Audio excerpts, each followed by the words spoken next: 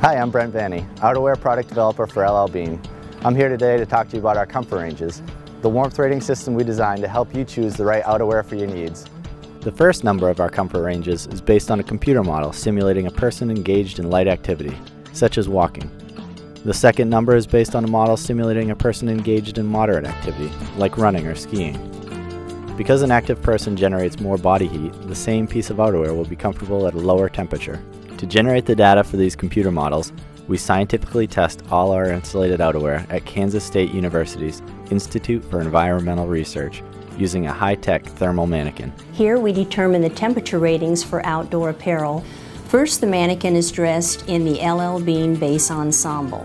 This consists of thermal underwear, a fleece shirt and jeans, a knit ski cap, mittens, and boots.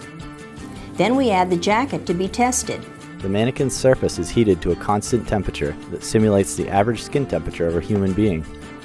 Then the mannequin's computer system measures how much heat is lost from the body to the environment. Not only do we test these products in the lab, but we test them in the field as well in some of the harshest conditions we can find. These field tests ensure that the lab tests correlate to real-world experience.